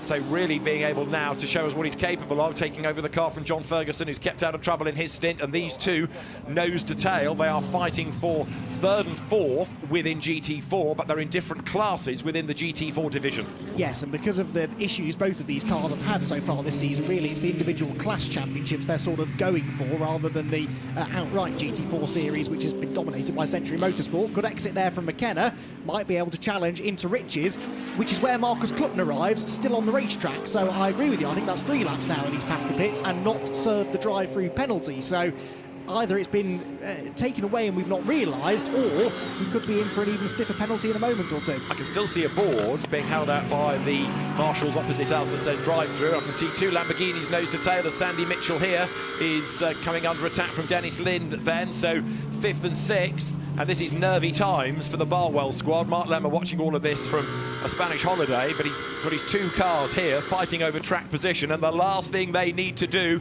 is to make contact as they turn their way out of Agostini. Lind looks the quicker, but Sandy Mitchell, the reigning champion, knows exactly how to defend, doesn't he? It's happened before on more than one occasion that Barwell's Lamborghinis have come to blows, and let's hope that we don't get another example of that here today. Through Oggies they go. Lind is clearly quicker though, carrying a lot more speed through the turns. The body language of that 63 Lamborghini is attack, attack, attack. He wants to get past the number 1 car as quickly as possible. But the thing with GT racing, especially at this level, there are no team orders. Both of these cars are in the championship fight. They're both being funded by their AM drivers, really. And so, although I'm sure Barwell would love to get on the radio here and say, Sandy, Dennis is quicker than you, I don't think they will. Nose to tail they run. Just going back to GT4, Jordan Collard leading, so he could be on for a 3rd win in 5 races at Snetterton, and to give McLaren this continuous winning streak of at least 1 win at each British GT event since the 570S debuted here in 2016. Meanwhile, Johnny Adam hustles on. Does that McLaren peel into the pit lane ahead? And the answer, we'll wait and see, because the cars come up towards the line. I see no McLarens in the pit lane. So Marcus CLUTTON has gone through again, still with 1 pit stop to his name. That, I'm sure, is 3 passings of the timing line now. And so that'll be referred back to the race director. This is not looking great. And he's been on the timing screen, so the message has been there. Yes, Mitchell wide, first of all. We'll get back to that in a moment, because Dennis Lind is alongside his teammate again here, coming out of Wilson. Goes from the right-hand side of the road to the left. He looks to the inside into Palmer's. That's a tricky place to pass. He's got his nose sort of in the door, but not quite. Mitchell just fends him off. Back to the CLUTTON thing then. Either they're fighting it out and they're just stubbornly refusing to pit, or maybe a radio issue. Perhaps they can't get the message across. I know there's a pit board, but the drivers aren't necessarily looking for that. True enough. The team manager is now being summoned to race control. It's not a phone call anymore. It's get your backside up here now. So race director plus sense of humour failure might mean bigger penalty, as their number 2 McLaren, Jordan Collard, gets out of the way of the Mitchell-Lind battle. They run through together. So all the while, Johnny Adam is escaping, and the podium beckons for him, because an inherent 3rd place when CLUTTON finally either pits or is penalised further. But what about Dennis Lind to get past Sandy Mitchell? These two, as individuals, get on really well with one another. They're in the same team, and they're very evenly matched right now. Both Lamborghini specialists. Sandy Mitchell now a Lamborghini factory driver. Dennis has been in the past. And look, Lind right under the rear wing of Mitchell. Bearing in mind that Dennis Lind had to serve an extra 10 seconds in the pits. This has been a really impressive charge in his stint. Lind is only 12 seconds off the lead, which is incredible, really, given the leader didn't have any success penalty. Charlie Eastwood, by the way, still 8 seconds clear of Martin Plowman, but 2nd to 3rd is only 2 seconds. 3rd back to 6th is only about 2 seconds as well. So there goes Plowman. CLUTTON still staying out. I do wonder if there is a radio issue here with the Enduro Motorsport McLaren. He stays 3rd for the time being then. Johnny Adam 4th, Sandy Mitchell 5th, but for how much longer? We know that Lind is good through this first sequence of corners. A good exit from Riches could allow him to get up the inside into Wilson again. He keeps having a little nibble here, doesn't he? He's quicker through the middle part of the corner. Again, lunges to the inside, but Mitchell is actively defending from him.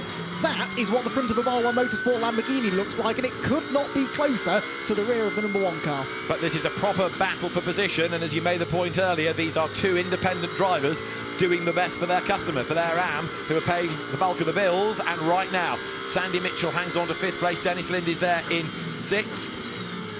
And down they come then now through the left-hander of turn 3 down towards Agostini. Where does Dennis Lind make the move? He's done the hard yards of catching.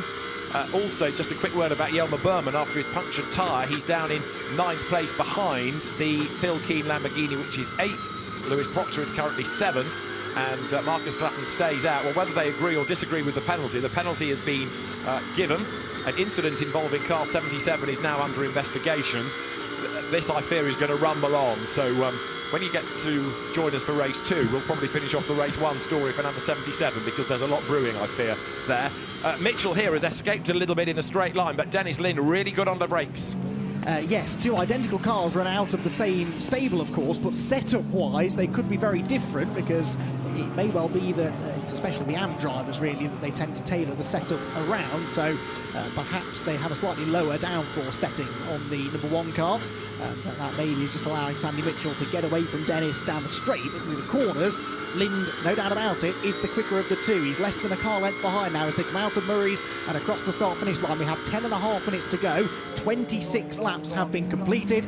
This battle, by the way, still raging on in GT4. This is Scott McKenna against Harry Hayek.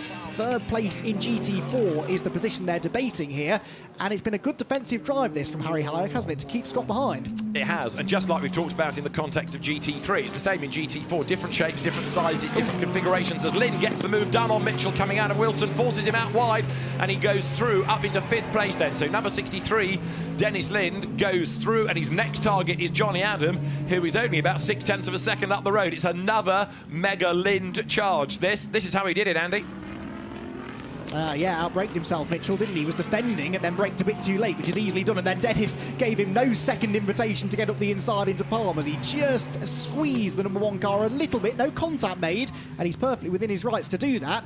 Look at the way, though, that he's gapping Mitchell and closing on Johnny Adam. I think Lynn for 4th place here is definitely on, and 4th would be a good place to finish, because that would mean no success penalty for race 2 unless this penalty for the 77 stands. Indeed, yes, I was going to say he might well be promoted, should be promoted to 3rd if things stand as they are, because the drive-through penalty has not been served, the penalty has not been rescinded, it has been given but has not been taken.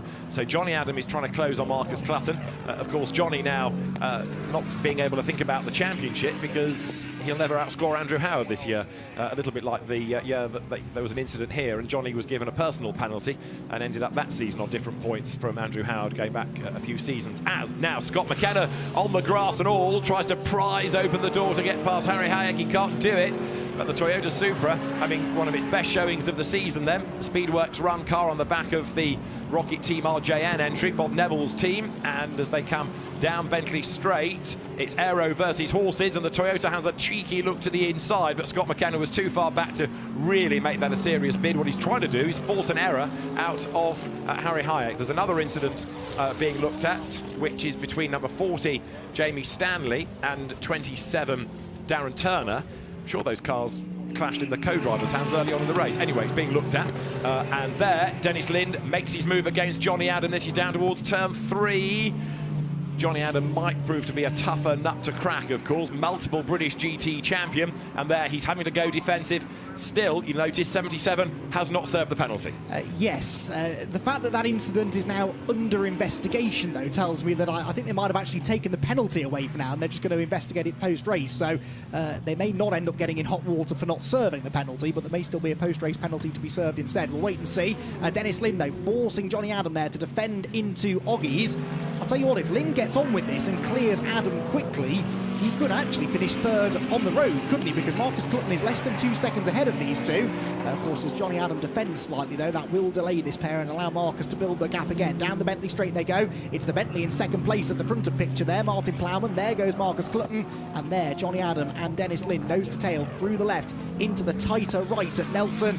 Wriggle out of the corner. The Aston Martins seemed to be struggling out of that corner a bit yesterday when I was watching trackside. The Lamborghinis, though, jump out of the tight corners remarkably quickly. They're really agile, really nimble, and Lind trying to use that now to build a challenge here against the Aston Martin. This, then, is a replay of Scott McKenna going round the outside of Harry Hayek at Coram. That buys him the inside line for Murray's, and that gives him 3rd place in GT4. Black flag for number 77, Marcus Clutton. Don't think that penalty has gone away. No. That is now the race director losing his rag, isn't it? So a black flag, which means come into the pit lane and have a word with race control. Doesn't mean exclusion necessarily. It means the race director wants a word. But Marcus Clutton has ignored the drive-through penalty, and the temperature of the water has increased to a much hotter temperature than it was a few laps ago. So that's going to give Johnny Adam 3rd, unless he gets Linded, because Dennis Lind is right there behind him. Look, we have only got 6 minutes and change on the clock. So while Charlie Eastwood serenely motors away in his Aston Martin, Johnny Adam is having to make his incredibly wide to keep a flying Dennis Lind behind him. Yeah, that was a bit of an all-or-nothing call then for Enduro, wasn't it? They were clearly convinced that they were in the right and that they could win that argument, but it's ended up costing them everything. That 3rd place, what would have been their first ever podium in the championship, going begging. But it comes back to knowing your rule book. As soon as a penalty like that goes on the screen, applied by the stewards, applied by the race director, depending on which jurisdiction you're talking about for the permit of the event, it's there. It is a penalty. It has been given. It's no use arguing about it afterwards, and that's where some of the teams might not agree. They'll have to take it on the chin and try and make the best of that stint. Now, instead of serving a drive-through and finishing nth, the car's going to be out of the race potentially. I've never once seen that penalty disappear and the race control say, actually, no, you are right, we'll take the penalty away from you. It always ends one way. And that's what's happened here. So Marcus CLUTTON then third place, but will not finish third place in the race, it would seem. Johnny Adam then set to inherit the final step of the podium, but with 5¼ minutes to go, Dennis Lind is determined to try and get it away. Third place would bag him an extra handful of points, of course. He gets a good exit there from Murray's and was right under the rear wing of the Aston Martin down the back straight. We switch, though, to Phil Keane, who is attacking Lewis Proctor for 7th place. This has not been a typical Phil Keane stint, which tells me that car is definitely still wounded after the contact. Yeah, I mean, he's trying to make the best of it, and again, another place will go his way when 77 comes in. We finally have got the car into the pit road, and the race officials will do what they need to do for that. So now the message has got through, and a very frustrated Marcus CLUTTON. But as I say, had he served that a few laps ago, he could have rejoined and still been in with a chance of gaining a place or two back. Yeah, no, because it was only a drive-through, I think, originally, wasn't it? Correct, absolutely. It wasn't a stop-go, no. So no. He possibly could have come out somewhere around Phil Keane and Marcus CLUTTON and, Phil Keane and YELMER BUURMAN, couldn't he? But there you can see the car is in. I think it's being retired, actually, isn't it? So up on the dollies, backwards into the garage. That's the end of the road for Enduro Motorsport. So close to their first podium in their debut season in the British GT Championship. It will not come in race 1 here at Snetterton, but that car will start 5th again for the second race later on. Another decent grid position for race number 2. Right, so this now is the battle. It is for 3rd place. It is for the last place on the podium. It's for greater points versus a longer pit stop in race 2. And Johnny Adam has the advantage at the moment. Well, his job is to try and win a championship for Andrew Howard now. But Dennis Lind, of course, who came into this race as joint championship leader with Leo MACHITSKI, his AM wants more points, comes now out of the old S's, the Brundle-Nelson sequence. They're going to get, I would offer you 2 more laps out of this race. Charlie Eastwood and Martin Plowman, remember them? They are still 1st and 2nd. It is very nearly 10 seconds between the pair of them now, whereas in GT4, this is now for 2nd overall, because you've got 57 BMW, Gus Burton being reeled in by Scott McKenna, having by far and away his best showing in the Intelligent Money British GT Championship, and the Toyota Supra as well having its best showing. The Speedworks Motorsport Run car is on an absolute mission. They did get a podium at Silverstone, but that was 3rd place. This is for 2nd within GT4, and he's all over the BMW as they turn into the right-hander and head out onto the Bentley straight. Then Gus Burton defending. The Toyota has caught him so quickly that you don't imagine there's going to be much that Burton can do about this, but with 2 3/4 minutes to go, he wants to try and defend this. This 57 car, remember, is your GT4 championship leader. 2nd place would put them 1 step closer to the title in 2021. An accident, though, of course, would take them 1 step further away from it, so he's got to defend this, but defend it carefully. Oh, that was a bit glass half empty, wasn't it? Here comes the Toyota then to the outside, into bomb hole, through the right-hander. The gap opens up on the inside line, but they're both grunt-and-go cars, aren't they here? Lots of power from the BMW. Scott McKenna to the outside line. Ginetta GT5 graduates both, but Scott McKenna was a champion in that class as they slide out of Coram down towards turn 12, the end of the lap, rattle over the curb. The BMW's exit is a little bit scrappy. Behind them, you've got the McLaren of Harry Hyatt, you've got Charlie Robertson charging on in the Ginetta. Scott McKenna, in theory, should have the power in a straight line as they go through. Can he make the dive to the inside at Riches? It also depends what he's being told on the radio by the team, whether it is to settle for a place or to keep on pushing. Yes, well, 3rd place at the moment. 2nd place would net them an extra 6 points, but of course it gives them an extra 3 seconds in the pit lane in the race, the 2nd race later on. So is 6 points worth it? I think 6 points probably are. I think it was the difference between 4th and 3rd, though. I might be tempted to settle for 4th place in this one. Out through Palmer as they go, then McKenna on a charge. It doesn't really strike me as the settling kind, though. He sees another position to be taken here, and he's going to try and snatch it if he can. Defensive line taken by the BMW. But he's got to get a hurry on here, because yeah. McKenna, look, he's being reeled in again by Hayek, who is taking Robertson with him. So the cork in the bottle right now is the BMW. So Scott McKenna, if he can't get through in the next couple of corners, it's going to end up having to play a rear guard action to keep the traffic at bay, which is not what he wants. This is the penultimate lap for them, I would suggest. Race leader will come through shortly to start his last lap. That's Charlie Eastwood. And so the leading car, in fact, he might have just crept onto his last lap. Yes, in fact, it's not that far behind them on the road with under a minute to go. Yeah, so it should just about, I think, be the flag this time. It's going to be touch and go for the race leader. Yes, so down to Brundle and Nelson we go then. I'll tell you what, this race was 5 minutes too short for Charlie Robertson, wasn't it? Because he's really caught this group. He, remember, was quickest in his qualifying session in GT4 yesterday, so he'll be on pole position in the Assetto Ginetta for race number 2 later on. A lap and a bit then to go for the GT4 cars, because of course they're the best part of a full lap behind the GT3 leader, Charlie Eastwood, who's heading down the Bentley Straight for the final time. And look at this, Dennis Lind on the tail of Johnny Adam, but there is side-by-side traffic ahead, and Lind has got it. Johnny Adam was delayed by the GT4 Aston Martin, and Dennis Lind is through into 3rd place on the road on the final lap of the race. Sandy Mitchell now gets delayed by those two as well. That, by the way, is the Jamie Stanley-Darren Turner battle. Those two, we believe, made contact earlier on, and Turner still can't get past the McLaren, but Dennis Lind has done it. Not only that, he's not that far behind Martin Plowman all of a sudden. So a brilliant opportunistic move by Dennis Lind, and he might even be able to mug the Bentley on the line. But checkered flag beckons a return to the championship for Ahmad Al-Harfi and Charlie Eastwood. Yeah, they are going to win on their return to the Intelligent Money British GT Championship. A slow GCAT Racing Porsche, but that doesn't matter because through goes the Aston Martin to win round number 5 of the championship. 2nd place should still be Martin Plowman. Yes, it is, but by a car length or so only over a flying Dennis Lind, who finishes 3rd after one of the stints of the season. Johnny Adam 4th. Sandy Mitchell comes home and bags some more solid points there in 5th. Now, what of GT4? We know that out in front is Jordan Collard. He's got a 20-second lead over this group. This is 2nd, 3rd, 4th and 5th with half a lap to go. And it is the BMW then just hanging on to position at the moment. Gus Burton with the widest of elbows, sticking them out then, keeping Toyota, McLaren, Ginetta at bay. So Speedworks, RJN, Assetto all lined up behind the Century car. What is going to change first, if anything? Gus Burton soaking up the pressure. Scott McKenna tries now to get a run as they head onto Bentley Straight. Is the car going to be close enough to make a move at the end, heading down towards the S's? Again, the answer seemingly is no. A completely different world, though, in which Jordan Collard exists, heading for an easy win. Paddock Motorsports celebrating their first ever podium in the championship. Remember, they took over the running of that car earlier the year, the Bentley, that is, in GT3. For 2nd place in GT4, though, it couldn't be any closer here as Scott McKenna closes in on Gus Burton. Burton runs wide through the bomb hole. McKenna sees a gap on the inside line. Keep an eye on Hyatt behind. Jordan Collard wins the race in GT4, and somehow it is still Gus Burton in 2nd place with one more corner to go. Robertson is attacking there for 4th in the class, gets it sideways, almost gets into the back of the number 4 McLaren, and somehow, despite all of the pressure applied to him, it is going to be the championship leader, Gus Burton, who will win, who will finish 2nd, excuse me, in GT4. You'd think it was for the win, wouldn't you? 2nd place for the BMW, 3rd the Toyota, 4th for the McLaren, 5th for the Ginetta. The variety in the GT4 class this year is outstanding, and that is a great advert, isn't it, for GT4 racing on the whole. Fantastic.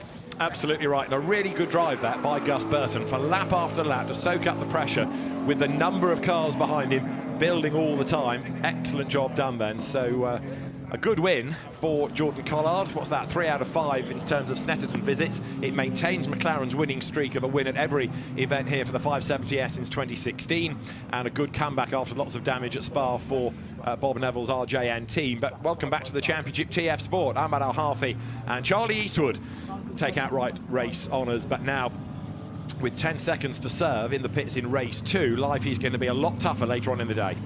Yes, it is, and they will start that race a little bit deeper in the field, 6th on the grid, because Charlie Eastwood, compared to the other pro drivers, wasn't quite as competitive as Al-Harfi was compared to the AMs, but we always knew that Ahmad was a quick AM driver. And really, it was the work that he did in the first stint that won that race, because the gap at the pit stops, much the same as it was at the end of the race.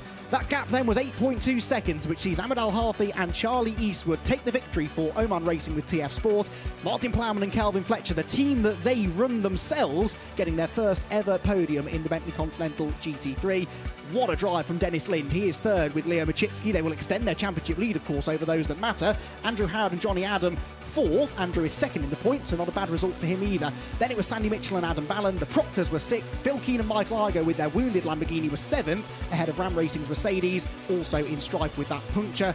Seamus Jennings and Greg Caton slowed at the end for reasons unknown, but they are 9th. Then it was the GT4 winner. Jordan Collard took the flag. James Kell did the first stint.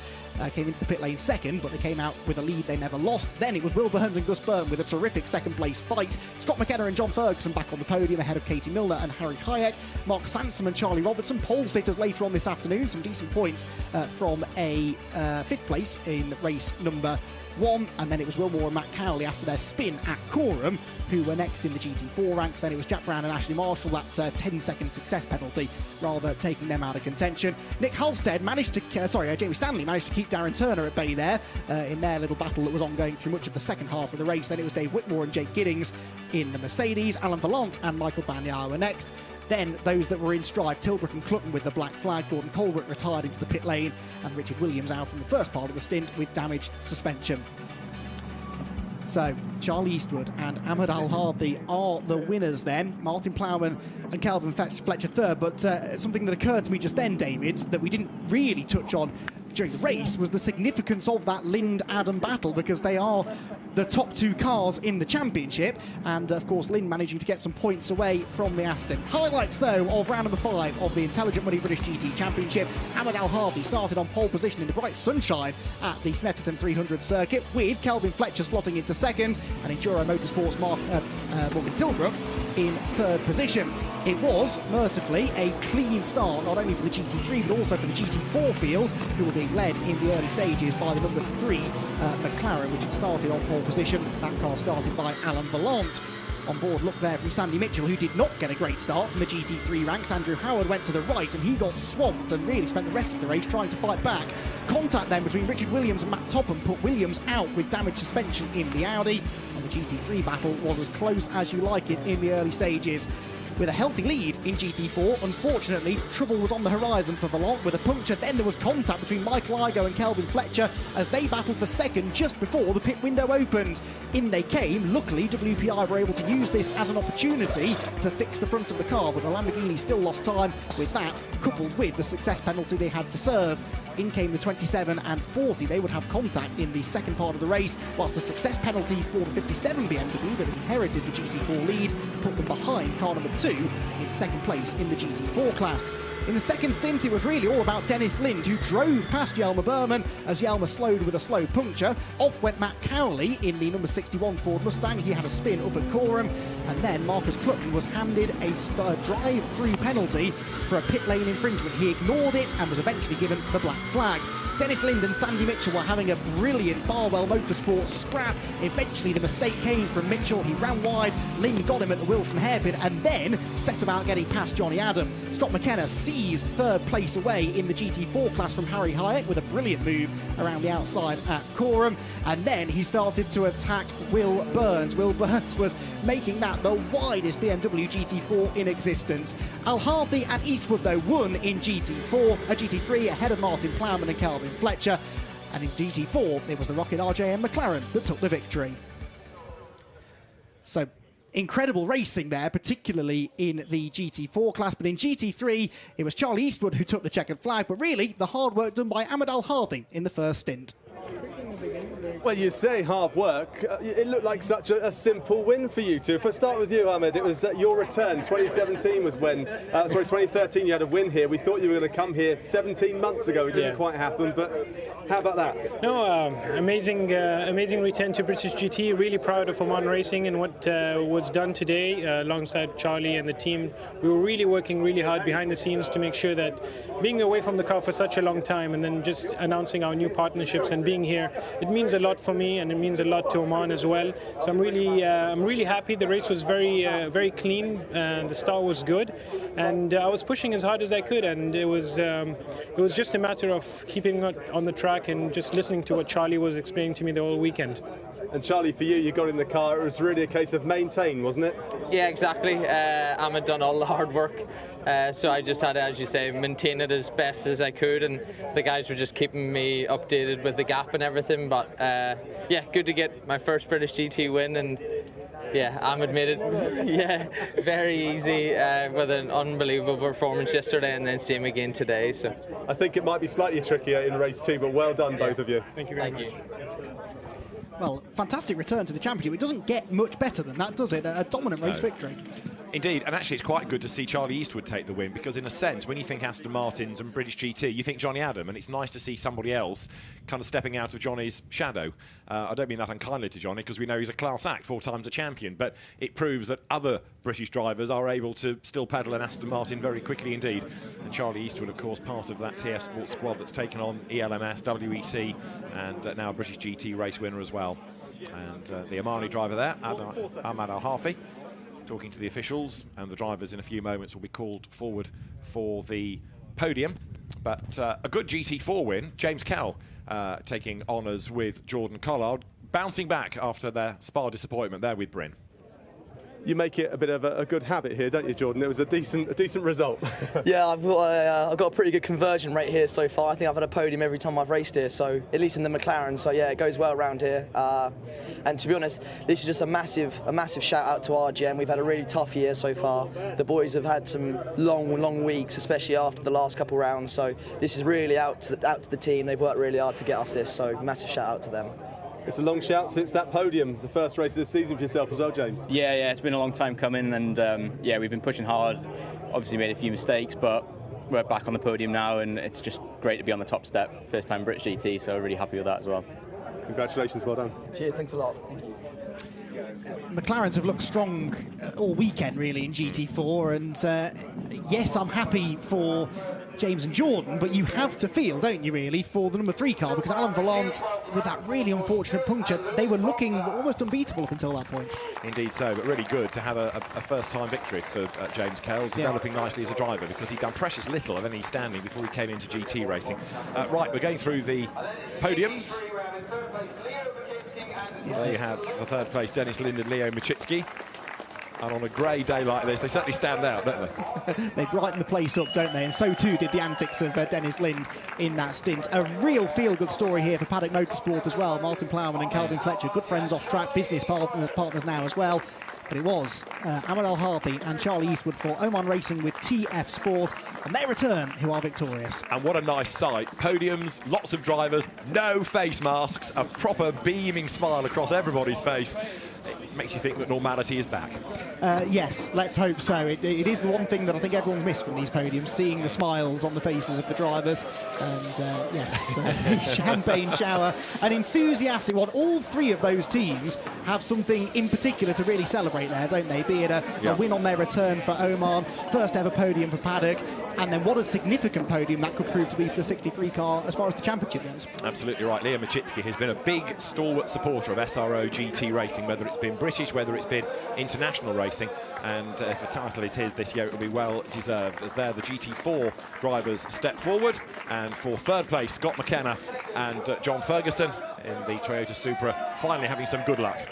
Yes, not their first podium, but that one is the first they've really had to fight for, and it could so easily have been 2nd place, except it wasn't easy because it was a brilliant defensive drive, wasn't it, in the 2nd stint there for Chris Burton in the 57 car. Will Burns, he shares that 2nd place with.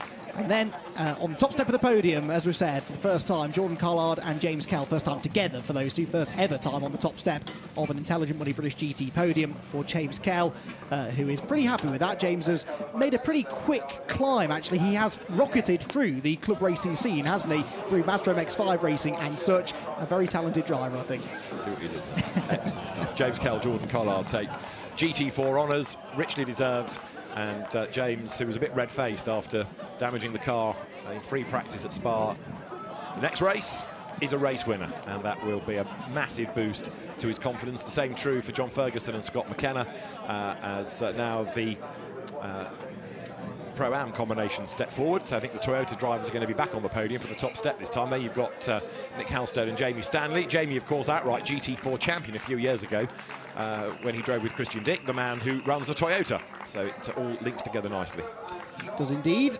So then we get our final podium underway, and this is for the Pro-Am element of GT4. Great drive that from Assetto Motorsport, and we've got Fox Motorsport up there already. Third place for them, second for Assetto, but it is once again Scott McKenna Scott McKenna and John Ferguson who are the race winners in GT4 Pro-Am for Toyota Gazoo Racing UK, a car that has been showing this potential really since the start of last year, and as we've said, it's really just been misfortune that have kept them out of podiums and ultimately race wins, and that will be the next target for them. Could they do it in race 2 later on? I mean, perhaps finishing third in that race might help them do that, because it will only be a 5-second success penalty for them, so they may well be able to do it. Right then, the championship, which is what this all counts towards, of course, sees Dennis Lind and Leo MACHITSKI now extend their points advantage. They're on 105 points, 4.5 that is, ahead of Andrew Howard, who is still, of course, second place on his own. Then a bit of a gap back now to the struggling Loggy and BUURMAN,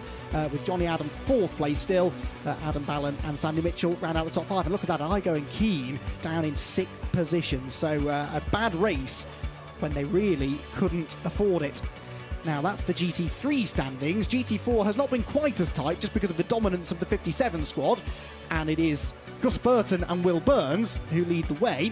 We don't have the specific points for you there, but we do know that they are, I mean, they led the championship coming in, they finished second, and the car that beat them hadn't had the best of fortune so far this season, so the 57 car will extend then its championship lead.